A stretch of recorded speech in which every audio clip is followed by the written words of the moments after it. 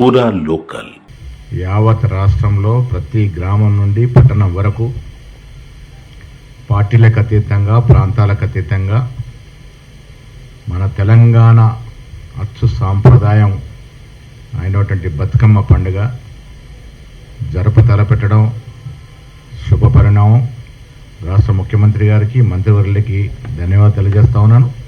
కాంగ్రెస్ శ్రేణులు ప్రతి గ్రామంలో విధిగా 9 రోజులు ఎంగిలి పువ్వుల బతుకమ్మ మొదలుగోను సద్దుల బతుకమ్మ వరకు వెన్నంటూ ఉండి ప్రభుత్వ యంత్రాంగంతో చేయి కలిపి బతుకమ్మ నిర్వహణలు ఎక్కడి నుంచి కూడా లోటుపాట్లు లేకుండా చూసుకునే బాధ్యత కాంగ్రెస్ శ్రేణులు తీసుకోవాల్సిందిగా నేను విజ్ఞప్తి చేస్తా ఉన్నాను. పార్టీలకు అతీతంగా బతుకమ్మ ఆడుకోవాలి. ఏళ్ళ నుండి చాలామంది కొత్త వారికి బతుకమ్మ అంటే 2002 నుంచి మొదలైన అపోహ ఒకటి ఉండింది. బతుకమ్మని ఇందాక మిత్రులు చెప్పినట్టు అసెన్స్ లేకుండా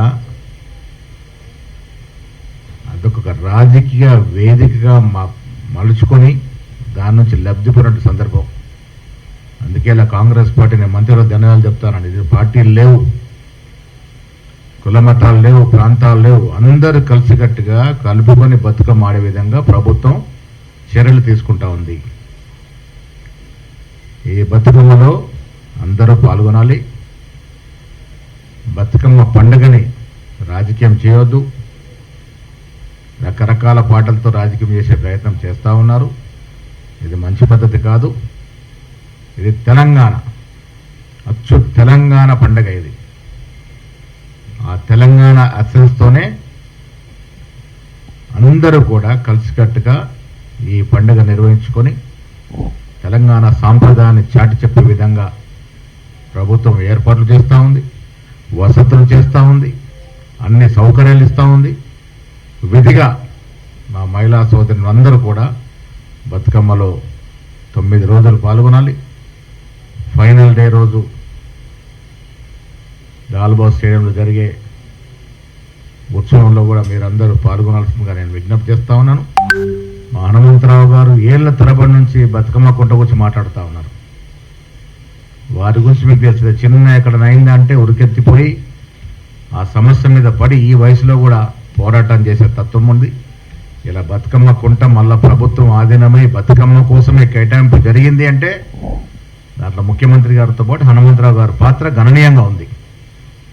10 ఏళ్లుగా మీరు చూశారు, ఆస్తులు, కుంటలు, బతుకమ్మ కుంటలు అంటే ఎన్నో చెరువులు అన్యాక్రాంతం అయిపోయినాయి, ఆక్రమణ గురైపోయినాయి. దాని కారణంగానే దూరదృష్టితో ఇవాళ హైడ్రాన్ తీసుకురావడం జరిగింది. దానివల్ల ఇలా బతుకమ్మ కుంట యథాస్థితికి చేరింది. ప్రభుత్వం తీసుకున్నటువంటి చర్యల్లో భాగం. నేను మరొకసారి మీ ద్వారా రాష్ట్ర ప్రజలకు విజ్ఞప్తి చేస్తా ఉన్నాను. బతుకమ్మ పండుగని గౌరవంగా, గర్వంగా అందరం కలిసి జరుపుకుందాం. అందరూ దీంట్లో పాల్గొనాల్సిందిగా విజ్ఞప్తి చేస్తాను. బతుకమ్మ చీరల పంపిణీ డేట్ ఎప్పుడన్నా డేట్ నాకు తెలియదా. నేను త్వరలో బతుకమ్మ చీరలు ఇవ్వబోతా ఉన్నారు. 23rd నుంచి ఏదో ఇస్తా ఉన్నారు. నాణ్యమైన చీరల కోసం ప్రభుత్వం రూపకల్పన చేసింది. బతుకమ్మ చీరల్లో ఉంటాయి. బతుకమ్మ పండగ ప్రభుత్వం అన్ని సౌకర్యాలు ఇచ్చి, అన్ని వసతులు ఇచ్చి ఘనంగా నిర్వహించబోతా ఉంది.